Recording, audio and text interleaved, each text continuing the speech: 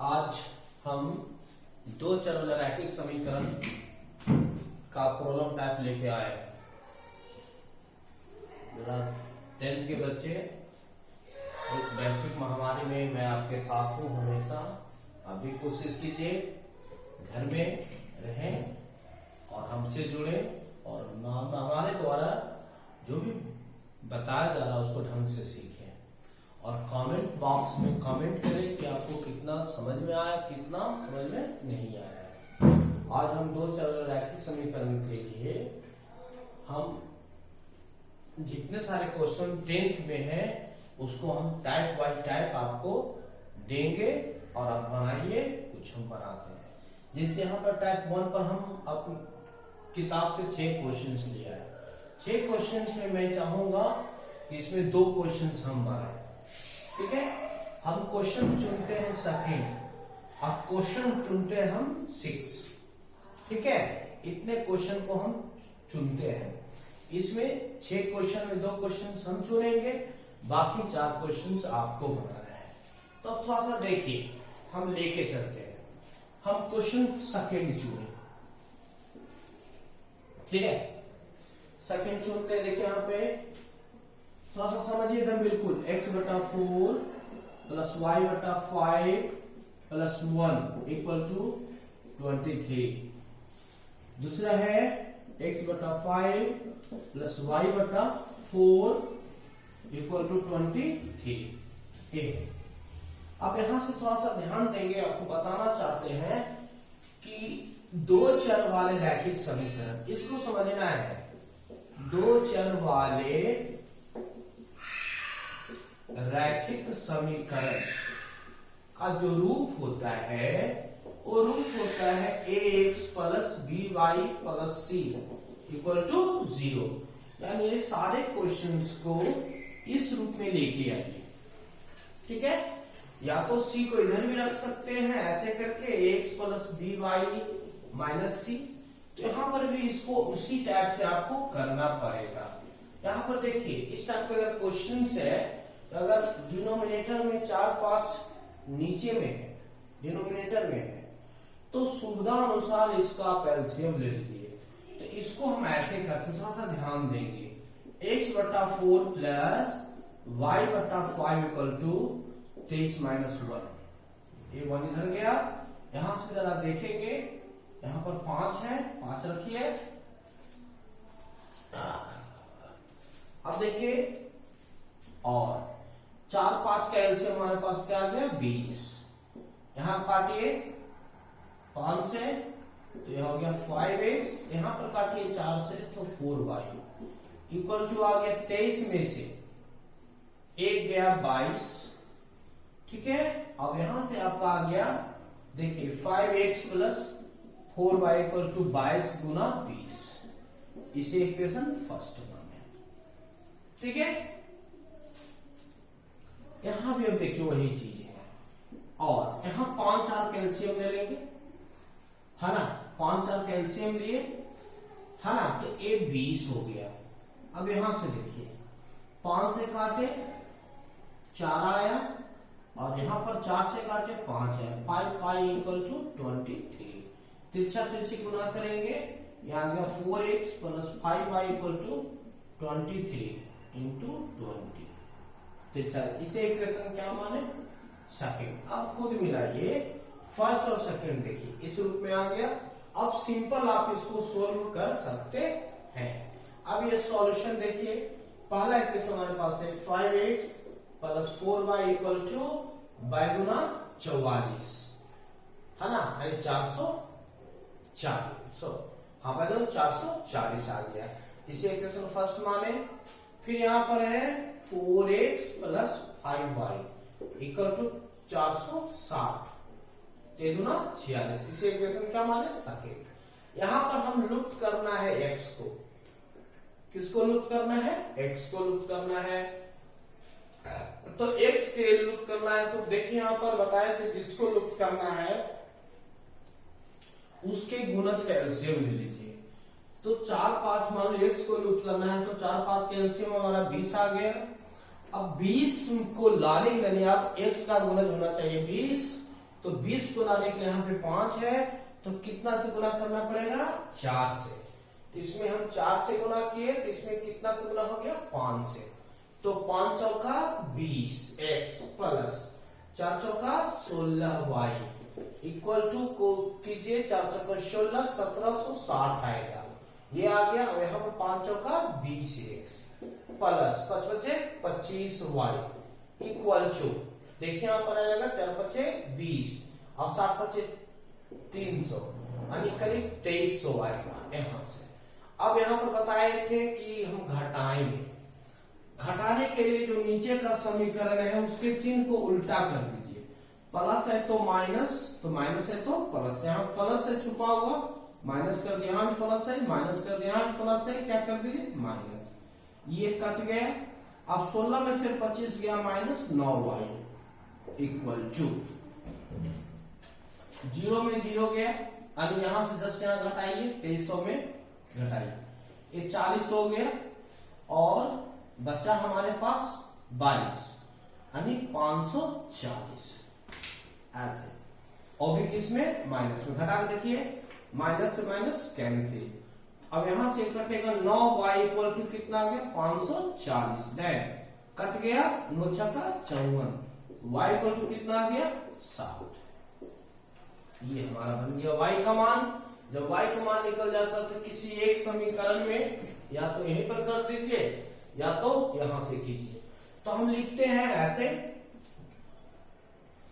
यहां से देखिए समीकरण 1 में y का मान रखने पर। समीकरण 1 हमारा यहां भी मान सकते हैं या फिर यहां भी, जहां भी मानना है मानिए, क्योंकि आपका y 60 है। तो अगर यहां पर रखते हैं, हमारे पास है, देखिए यहाँ पर y का मान समीकरण 1 में या समीकरण 2 में, किसी भी एक में रखिए। हम 2 में रखते हैं क्योंकि 2 में आसान है। तो x/5 plus y/4 equal to 23 है। तो यहाँ पर y का वैल्यू कितना है? 60। तो x/5 प्लस 60/4 इक्वल टू 23। अब यहाँ से देखिए 12 बचे 7 कट गया, ये सॉरी 4 है ना, 4 है तो 15 चौक 60। अब यहां से कट गया, ए इधर आ गया, तो x/5 इक्वल टू 23 माइनस 15 कितना होगा? 8। x/5 1 बराबर क्या होगा? 8 गुना 5 कितना हो गया? 40। यानी x का वैल्यू 40 आ गया, y का वैल्यू कितना आ गया? 60। इस तरह से हम क्वेश्चंस को सोल्व करेंगे। देख लीजिए, ठीक है।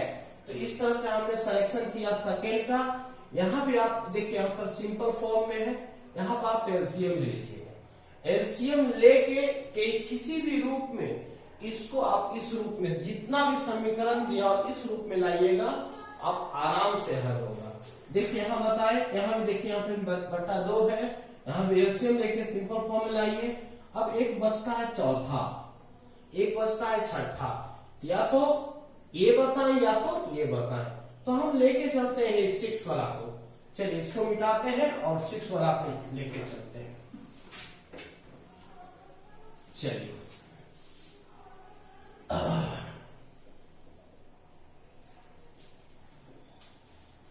6 वाला क्वेश्चन अक्सर बोर्ड में पूछा करता है, ठीक है। तो हम 6 वाला क्वेश्चन बिहार बोर्ड वाले विद्यार्थी जरा इसको देखेंगे। 6 क्वेश्चन को लेके चल रहे। चलिए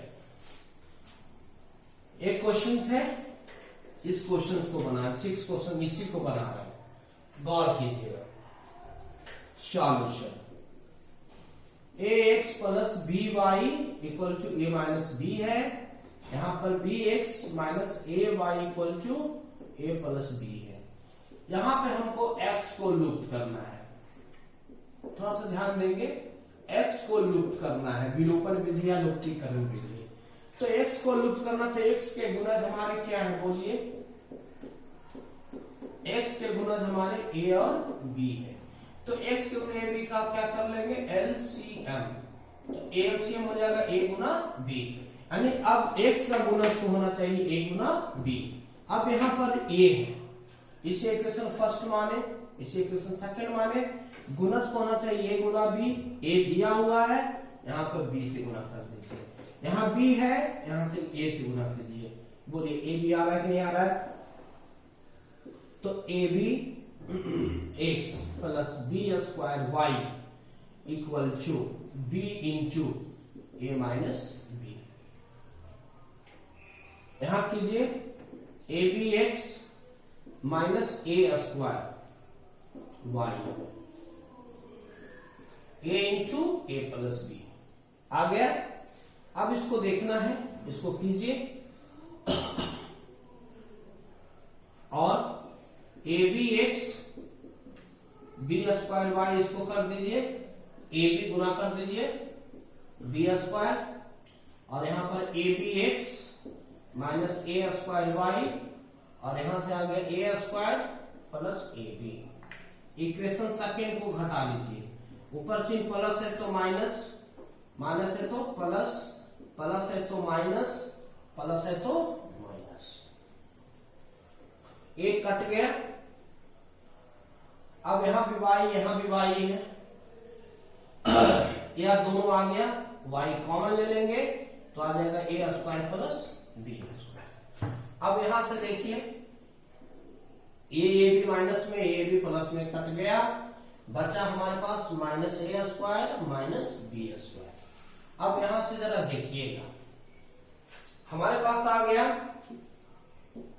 Y into a square plus b square equal to, यहां से अगर माइनस हम कॉमन निकाल लेते हैं तो बचता है ए स्क्वायर प्लस बी स्क्वायर। ए स्क्वायर बी से ए स्क्वायर बी कैंसिल, तो वाई इक्वल टू होता है माइनस 1। ये आ गया। जब y का मान आ जाता है तो किसी एक समीकरण में y का मान रखिए, तो लिखेंगे समीकरण 1 में y का मान रखने पर हमारे पास a x plus b y equal to क्या है? A minus b.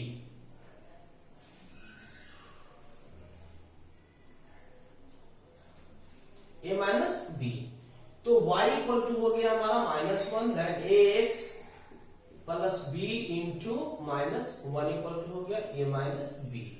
तो हो गया a x minus b equal to a minus b, minus b से माइनस बी कैंसिल, तो हमारे पास आ गया ए एक्स इक्वल टू ए से ए कैंसिल, तो एक बराबर कितना आ गया 1। अब देख लीजिए इसको, ठीक है। तो सबसे तो सिंपल तरीका है लुप्तीकरण का। इस तरह से टाइप 1 का क्वेश्चन बनाइए, है ना, जहां पर है ना डिनोमिनेटर यानी डिनोमिनेटर में x और y के डिनोमिनेटर में कोई संख्या रहे तब, ठीक है। अब हम लेके चलते हैं, इसको देख लीजिए, अब हम लेके चलते हैं टाइप 2, ठीक है।